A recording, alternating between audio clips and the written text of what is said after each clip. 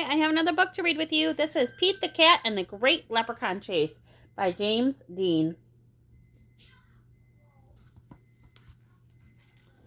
Tomorrow it's St. Patrick's Day, said Pete's teacher. Mr. G is teaching about leprechauns. The only time you can catch one is St. Patrick's Day. A leprechaun will bring you good luck, Mr. G says. Now everyone in class wants a leprechaun.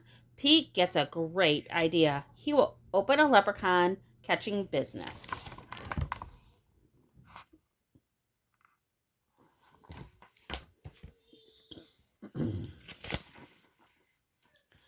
St. Patrick's Day comes and Pete gathers his supplies. He hangs his sign above his stand. This will be easy, Pete thinks.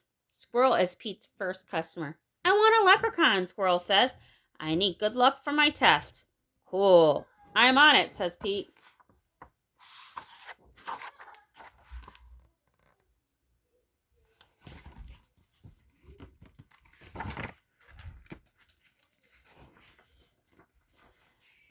Pete has a plan.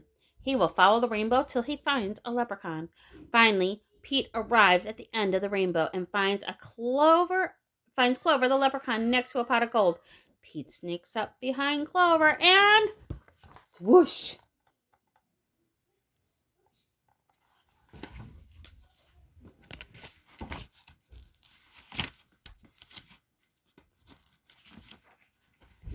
But Clover is too fast.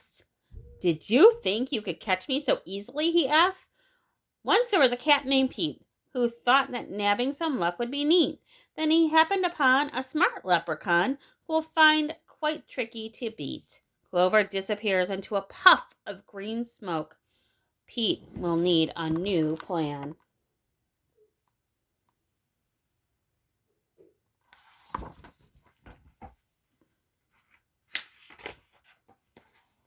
That afternoon, Gus visits Pete's lucky leprechaun catchers.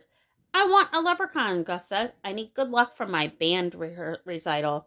Pete says, I'll see what I can do.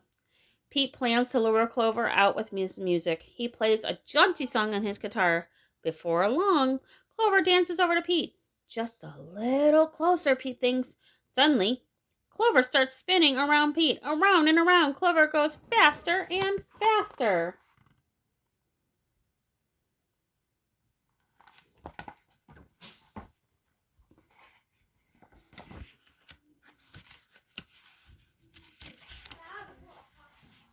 Oh no, Clover wraps Pete with a rope. Pete has finally met his match, a crafty leprechaun he just can't catch. He'll never win. He'd better give in or find something else to snatch. That evening, Callie visits Pete's lucky leprechaun catchers. I want a leprechaun, Callie says. I need good luck from my tennis match. Says Pete. St. Patrick's Day is almost over. There isn't much time left to catch leprechauns, but Pete won't give up yet.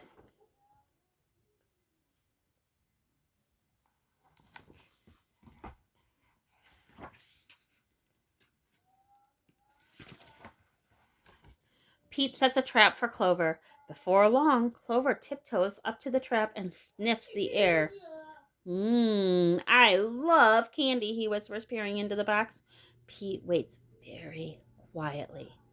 Crash! Pete rushes over and checks underneath the trap, but it's empty. Clover skips away. Pete has tried many a plot, but still I haven't been caught, and it still isn't dandy. Even I got the candy, while Pete ends up with squat. Pete has an idea. He follows the trail of spilled candy to Clover's secret hideout.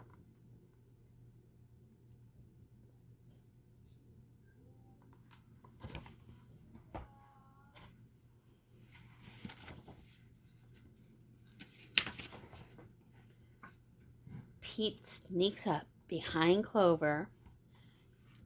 Swoosh! Pete finally catches Clover.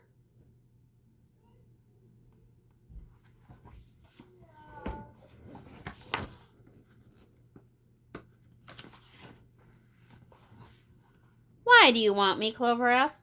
I'm helping my friends who need some extra luck, Pete says. Luck doesn't come from having a leprechaun, says Clover. You and your friends have each other. That already makes you as lucky as can be. Could Clover be right? Pete is one very lucky cat. A lucky cat doesn't need a lucky leprechaun. He lets Clover go.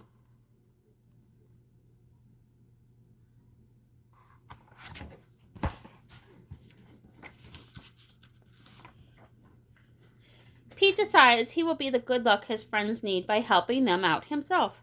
Pete helps the squirrel study for his test. Squirrel aces it. Pete helps Gus rehearse for the recital. Gus rocks it. Pete helps Callie practice for her match.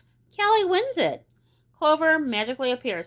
Good job, Pete, says Clover. I have one more poem for you.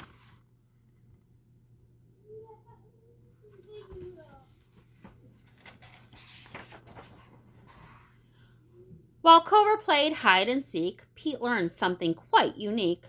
The luck that you make beats the luck that you take any old day of the week. Happy St. Patrick's Day! Bye.